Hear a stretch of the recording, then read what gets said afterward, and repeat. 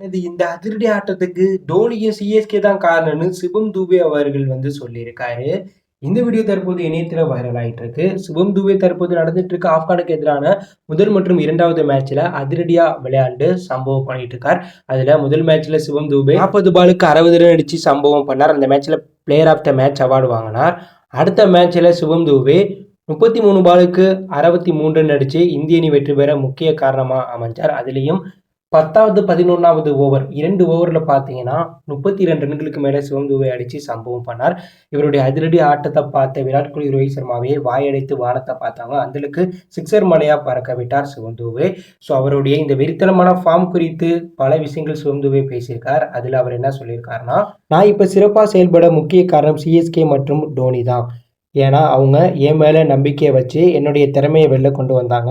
டோனி தான் எப்போதுமே என் மேலே நம்பிக்கை வைத்து என்னை இது போல் அதிரடியாக ஆட சொல்வார். என் மேலே நம்பிக்கை வைத்து என்னுடைய திறமையை வெளிக்கொண்டு வர அவர் உதவினார். என்னிடம் வெளிப்படையாக சிஎஸ்கே நிர்வாகம் பேசினாங்க.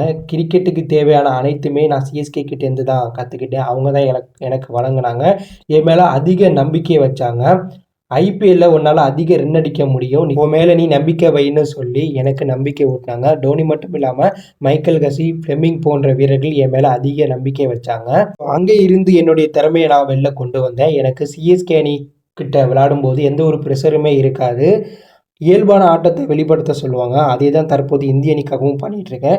ரோஹித் சர்மாவும் என் மேலே நம்பிக்கை வச்சு பொறுப்பு வழங்கியிருக்கார். அது மட்டும் இல்லாமல் ஸ்பின்னர்ஸுக்கு எதிராக என்னை அதிரடியாக விளையாட சிஎஸ்கேவும் சொல்லியிருக்காங்க, இந்திய நிர்வாகமும் சொல்லியிருக்காங்க.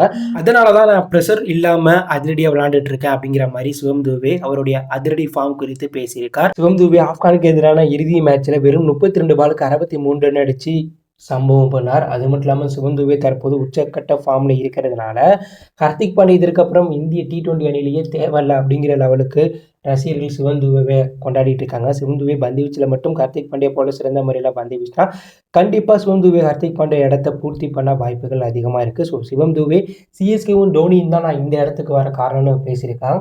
இதை பற்றி நீங்கள் என்ன நினைக்கிறீங்க? சிவம் துபே கண்டிப்பாக ஹர்திக் பாண்டியா இடத்த நிரப்புவாரா? கண்டிப்பாக T20 உலகக்கோப்பை இந்திய அணியில் சிவம் துபே இருக்க வேண்டுமா அப்படிங்கிற கருத்தை கமெண்ட்ல லீவ் பண்ணுங்கள். இந்த பிடித்திருந்தால் லைக் பண்ணுங்கள், ஷேர் பண்ணுங்கள், கமெண்ட் பண்ணுங்கள். மறக்காம நம்ம சேனலை சப்ஸ்கிரைப் பண்ணி ஃபாலோ பண்ணுங்கள். தேங்க்யூ ஃபார் வாட்சிங்.